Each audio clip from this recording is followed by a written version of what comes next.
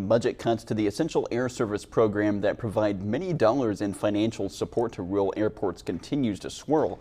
New this morning, we're taking a closer look at how this could possibly affect Quincy's Regional Airport.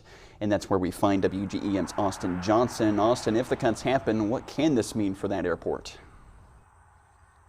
Well, Dylan, this could ultimately hurt this airport in terms of number of flights and the money that comes in for airport upgrades. But first, you should know that the EAS program is seen as essential for smaller airports like this one in Quincy. It essentially is the only reason the airport has commercial flights. Now, you may remember when the airport only offered 9-seater propeller planes.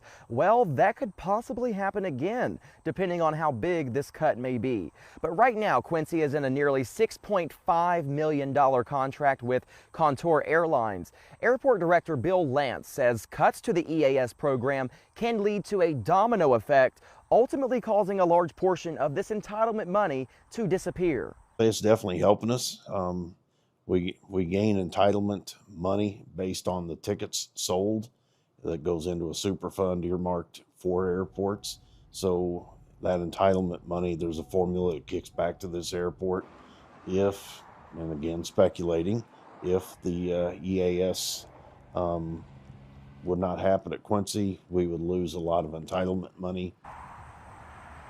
Now, right now, we have flights to Chicago and Nashville, but it's unclear how those could be affected. But if cuts happen, experts expect some commercial flights to be removed. And you may remember this in 2025. That's when upgrades to runway 422 was completed. And guess what helped fund that $30 million project? And that's right, it's money from the federal government. So the question that remains is, what is going to happen? What flights will be removed, if any flights will be removed? It's something Lance tells me we're just going to have to wait and see. But for now, reporting here outside Quincy's Regional Airport, Austin Johnson, WGEM News.